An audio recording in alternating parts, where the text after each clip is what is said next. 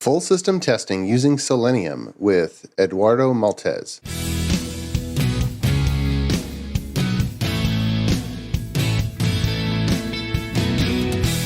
The Azure DevOps podcast is a show for developers and DevOps professionals shipping software using Microsoft technologies. Each show brings you hard-hitting interviews with industry experts, innovating better methods, and sharing success stories. Listen on to learn how to increase quality, ship quickly, and operate well.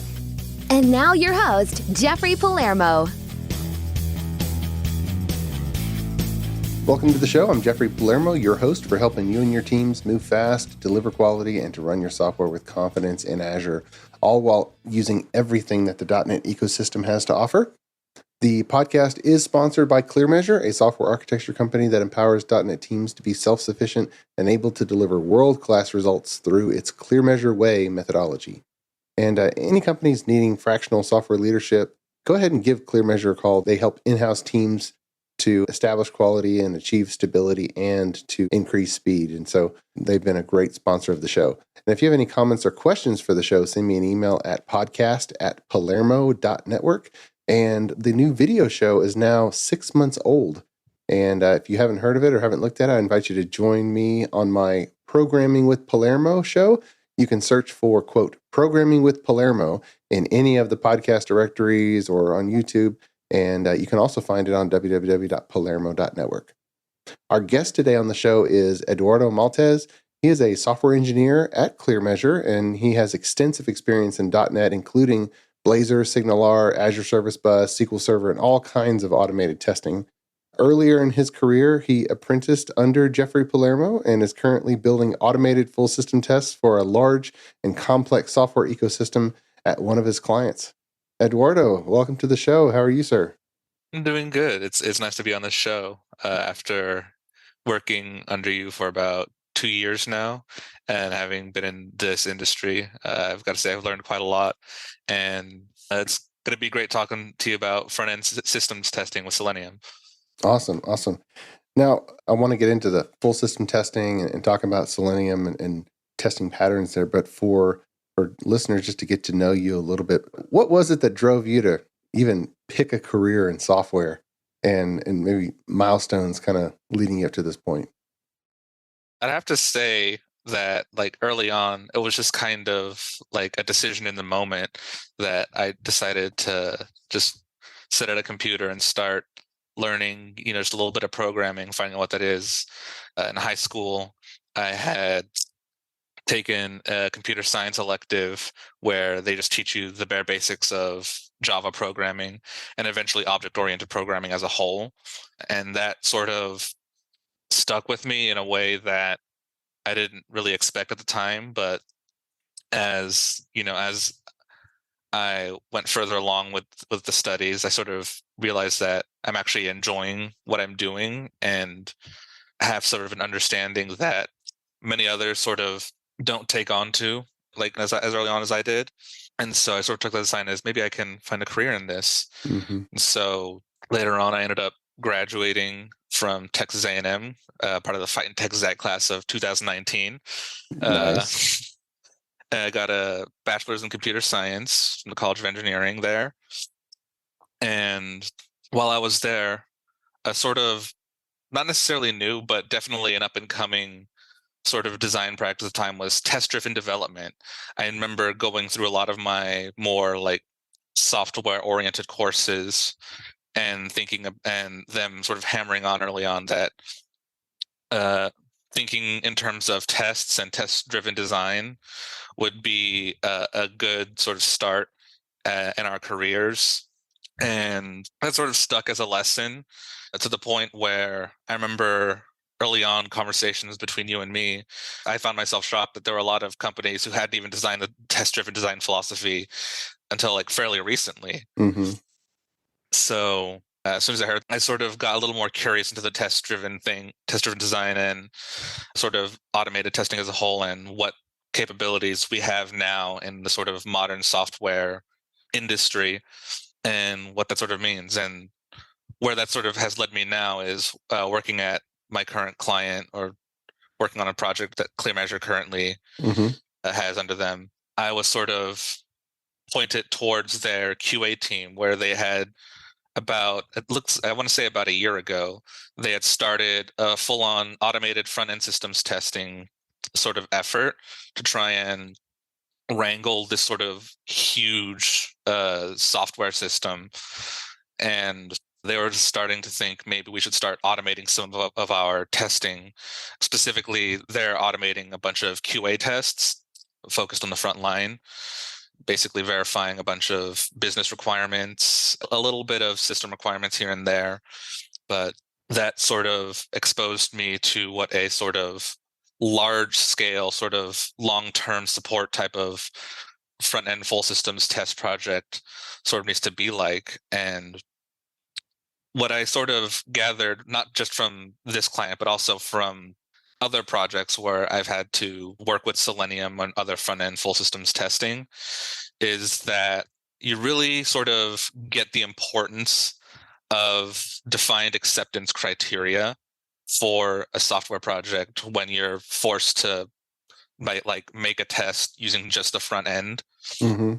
Like, to sort of take you through like a sort of very basic sort of path or sort of thought experiment. Like, just imagine you're developing this web application that it's just very, this is very simple. Just let's say you're going through like making purchases on some product, like you're just making your own website there, and you get this task, whether it's self-imposed or from upper management, saying we're going to go with acceptance tests through the front end. You go ahead and use this Selenium library and start developing automated tests for us. Well, you'll find very quickly that there are a lot of things that you never really think about when developing the front end or the back end that seem like they fit together quite naturally. But when you're trying to hook up this Selenium driver to it, there's a lot of, how do I tell the Selenium driver that this is how you make a purchase? Mm-hmm. And a sort of major pitfall that a lot of Selenium test projects go through is sort of how brittle these tests end up being for, like, admittedly a huge chunk of the lifespan of the project. You're going to have very brittle tests because you're sort of thinking about this Selenium testing as like your normal everyday unit tests, where you're just making the test cases, not giving too much mindfulness of how these test cases are sort of coded. I have a question about that. What is it about a certain bit of functionality where you would say, you know what, I need to use Selenium for this type of test versus just making it a regular unit test within unit? Why, and how do you make those decisions in your head? So when it comes to when you have like access to all that sort of all those testing environments, then yeah, it seems like you can make a unit test for just about anything when you sort of set your mind to it.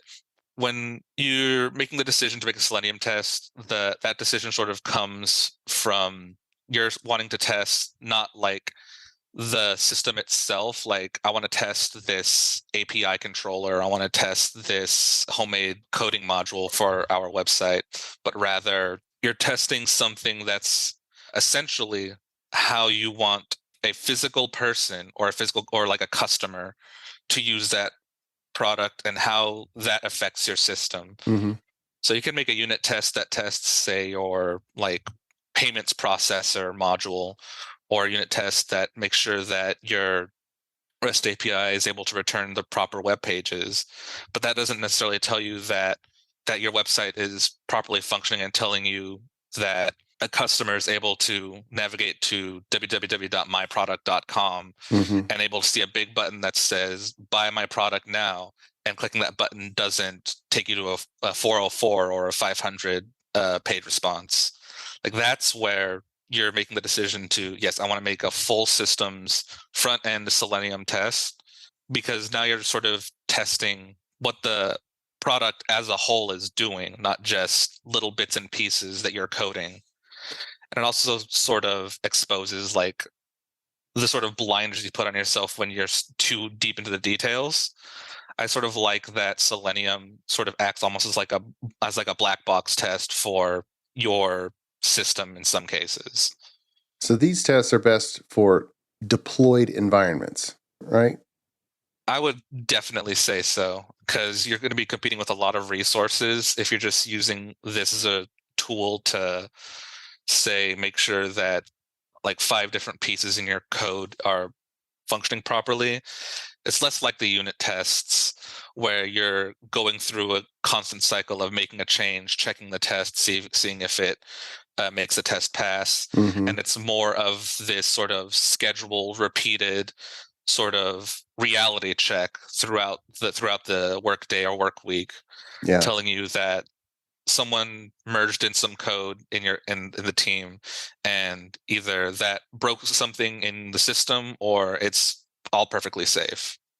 Well, speaking of all kinds of dependencies running on different servers and whatnot, just want to highlight one other project that you worked on. It's actually on the Microsoft's .NET Showcase, and we'll put it in the show notes. But there's a system for a platform called ShoWorks that's in the Microsoft .NET Showcase for Blazor, one of the early adopters of Blazor. You were involved with that.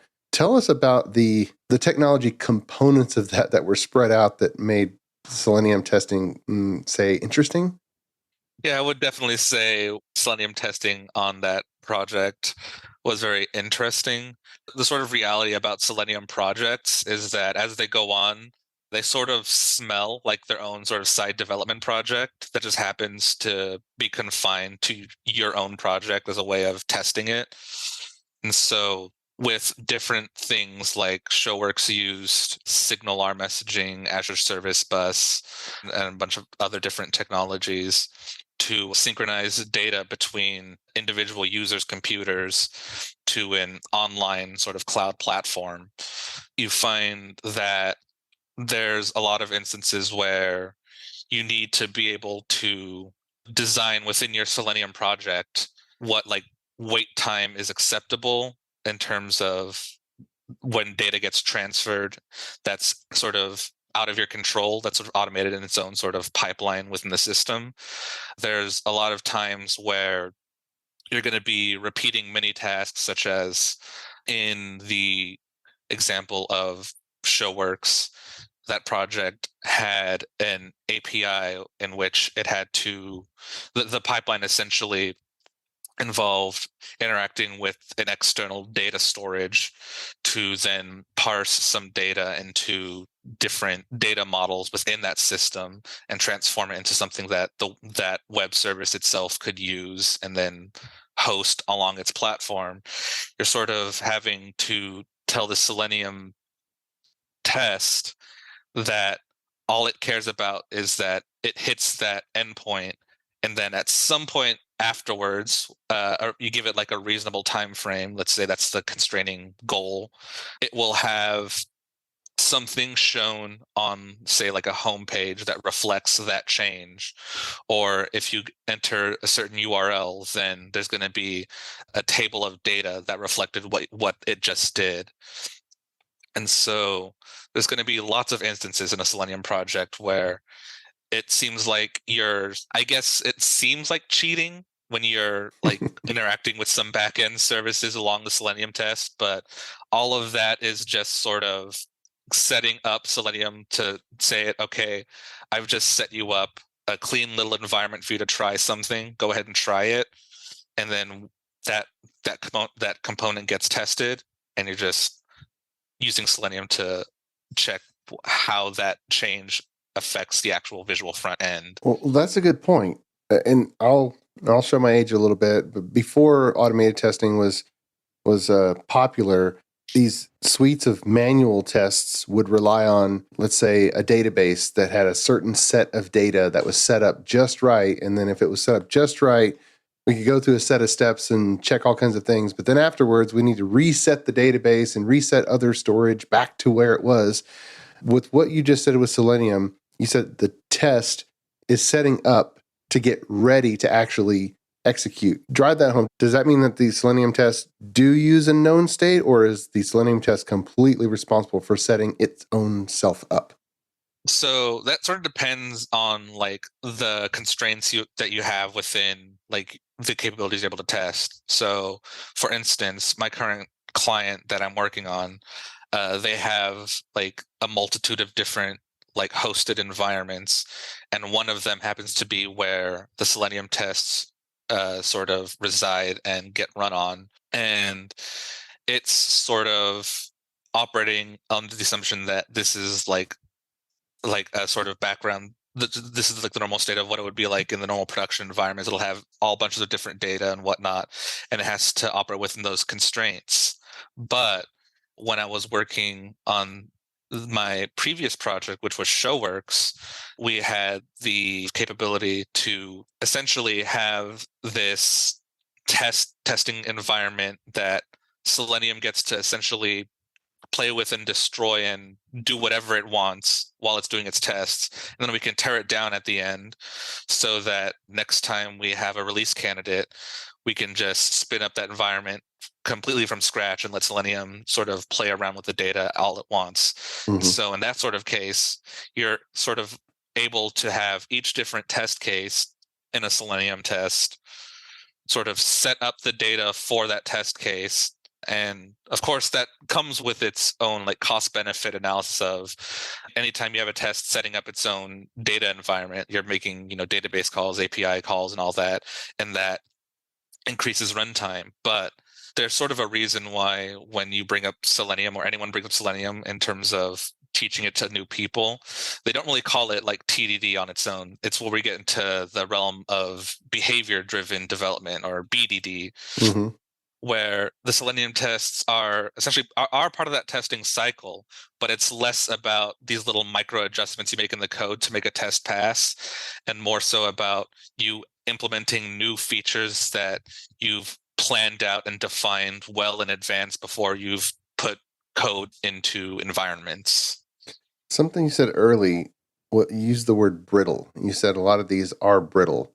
What is it that tends to make some of these tests brittle, and what do you do to make tests that are not brittle? Many thanks to our podcast sponsor, ClearMeasure. ClearMeasure is a software architecture company that empowers clients' development teams to be self-sufficient, moving fast, delivering quality, and running their systems with confidence. Whether starting a new project or developing new technologies or techniques, ClearMeasure sets up your team to deliver world-class results. Learn more at www.clearmeasure.com. ClearMeasure, empowering software delivery. ClearMeasure is also happy to be a sponsor of the video podcast, Programming with Palermo. Watch, learn, and program alongside Chief Architect Jeffrey Palermo. Videos are added weekly and available on syndicated locations supporting video podcast or by visiting palermo.network. Tune in today. So yeah, that's sort of a term, brittleness, that I came across early on. I'm not sure when I heard it, but that It's essentially a pretty refers. old term. Yeah, it's Fragile. probably been around for a lot longer than this stuff has been like mainstream. But essentially, when a test is brittle, it means like you can't really rely on that test. A brittle test is an unreliable test in the end. And what tends to factor into this a lot in Selenium test cases is a big factor is loading times. Of course, when you're a physical human being and you see a prompt that says our system is loading, you can recognize that that means anywhere between like instantly to about 2 or 3 seconds, maybe longer if you end up coming at a bad time in the system, or it just starts being like heavily stressed out. But these Selenium drivers, they don't necessarily have that concept of this might take longer than expected. So if you don't properly configure your Selenium test in such a way that it's prepared for these load times to occasionally take longer than a second, and you're okay with that for whatever reason, then it will start generating test failures because it thinks what is supposed to be there is not, and will generate these assertion failures on your test code. But in reality, if you just waited like a second or two longer because it's five in the morning and the hosted servers are just spinning up for the first time, then the test probably would have passed. So definitely this is where acceptance criteria sort of steps in and helps sort of remedy this helps remedy the situation. Because if you're able to go in and say, look, we want this specific modal, for example, to take no longer than 5 seconds to load. And if it takes longer than 5 seconds for whatever reason, then that's going to be a problem. And we need to start making development efforts to speed it up. Right. Well, then you can pass that to the Selenium driver, and it has this sort of packaged alongside it, this very useful library, and where it is able to repeatedly query the web page for elements you're trying to find or conditions you're trying to make sure are true.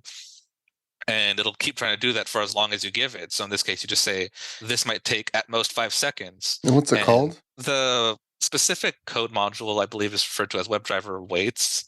I don't know off the top of my head the specific sort of library, but it is along the Selenium suite of like libraries, if you've ever worked on one.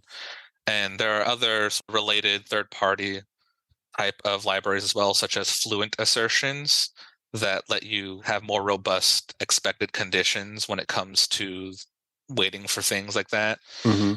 Okay.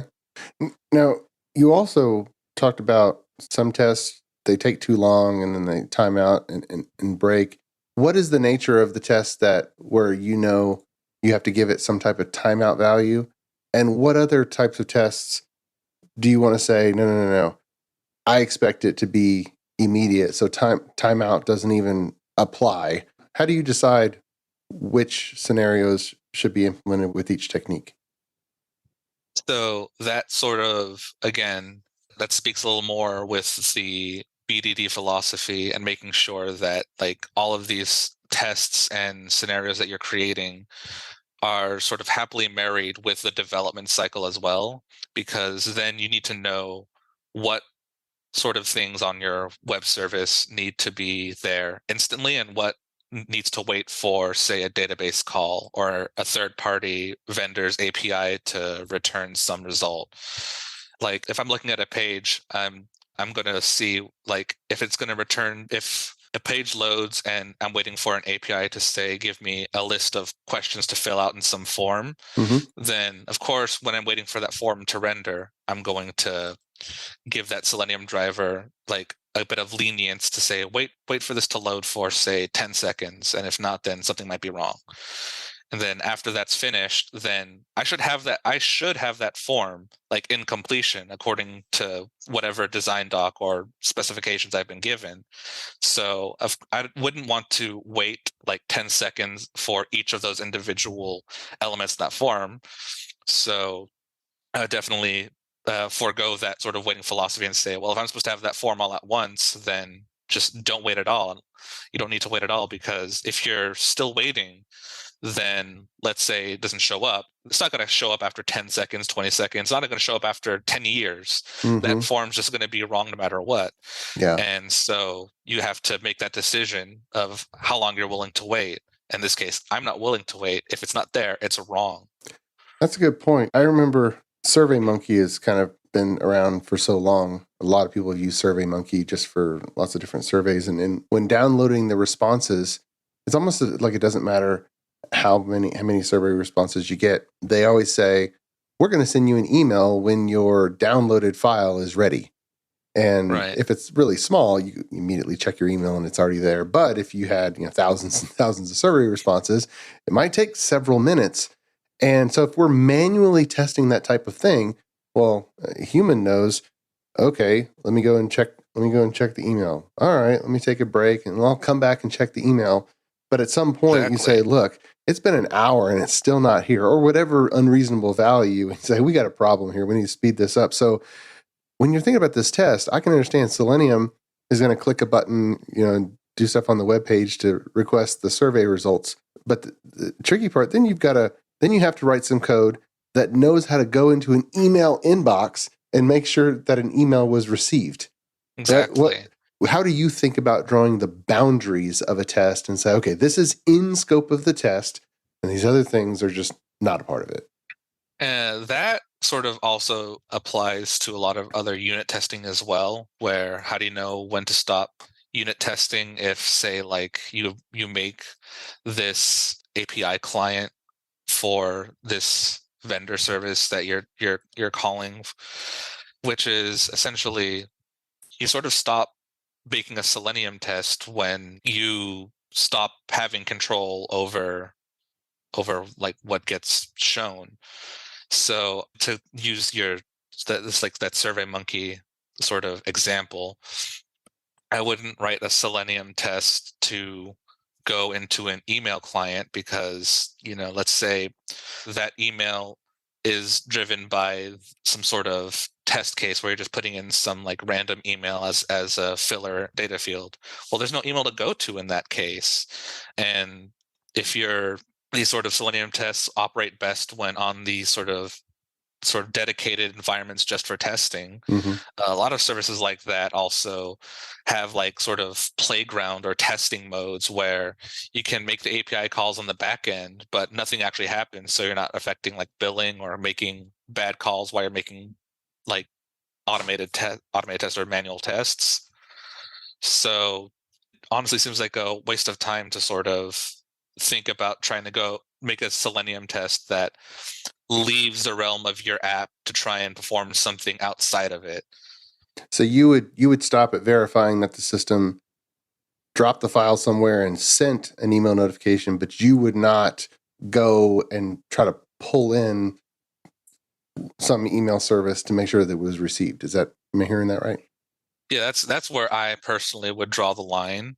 And I'm not sure, I don't think there'd be many people who would try and wrangle a Selenium test to do that anyway, because there's also the idea that if you're going to be generating these dedicated environments for your Selenium tests to run off of, well, you can also generate a sort of like feature flag type of system that lets you generate like debug messages that let you know that, hey, we queried this external service and it returned 200 OK status, or it'll say 401 unauthorized or whatever it ends up being. And that's where you can let the Selenium tests be able to test something because you've made something that helps to verify.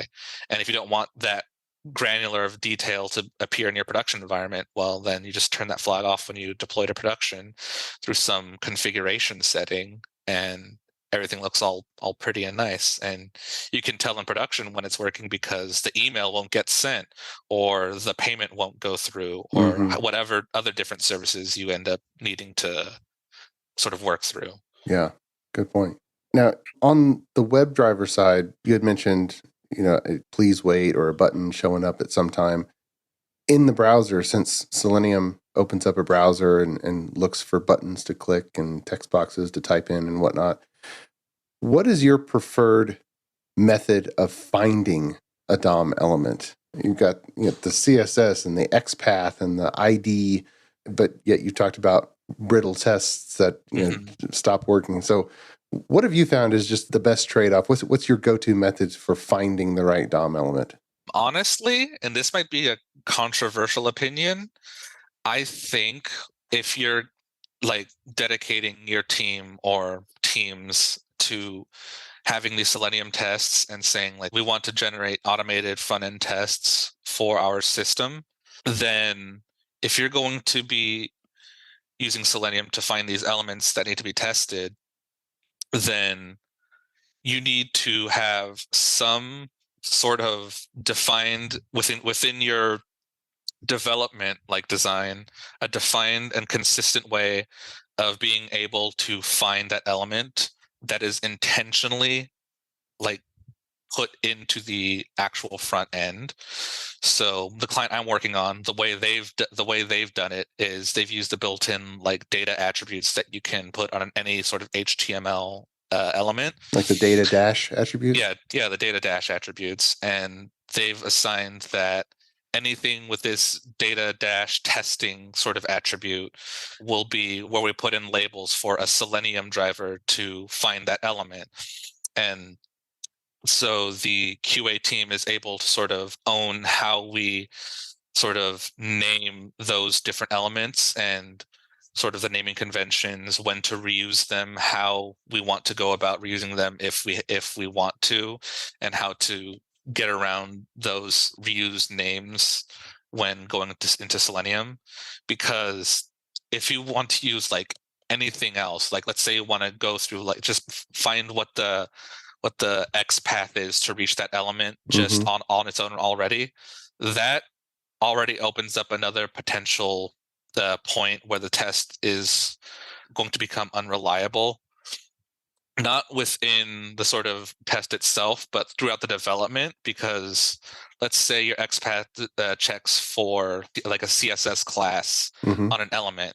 Well, Bootstrap exists and it does styling based off of class names that you pass into an element. So if you say that the class name should be payment button or whatever, well, you go through it and have this major overhaul in the front end design, and now the class has payment button, but also BTN large, BTN primary, or whatever sort of styling you have for another type of style sheet design. And now your tests are failing and you're not sure why, because you see that this payment button element is there, but the way you've implemented your search is it checks if that's the only class that's there, or if it's maybe your button used to be an anchor tag and now it's an actual button element. Yeah.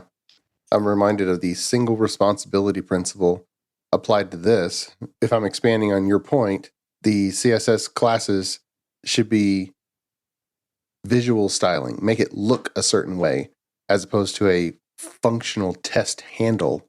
Whereas what you're doing is you're creating a new allowed HTML attribute that has no other responsibility except to be a test handle.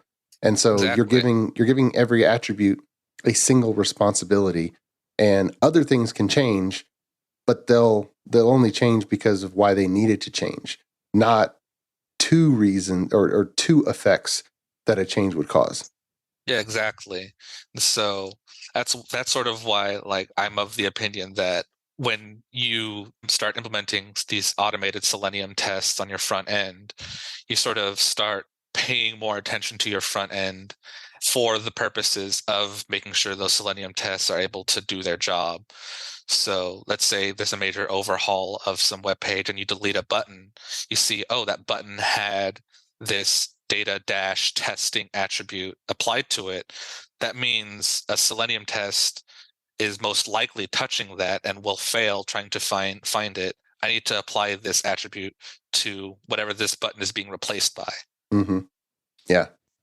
This is good stuff. As we kind of reach the end of our time here, are there any rough edges around Selenium that just flat out don't work the way they need to, and you just kind of avoid and do a workaround just for people who are learning Selenium to be aware of?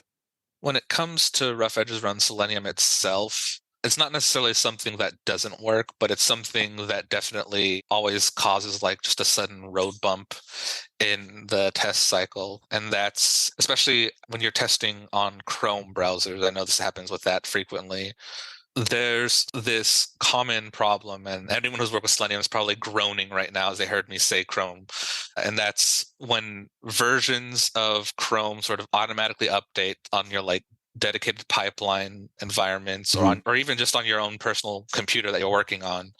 And you see a Selenium test that starts, it begins running, and then doesn't even open up Chrome because it says the version of Chrome driver that you have installed for this project is like 105, and you have Chrome version 107 installed. Please update.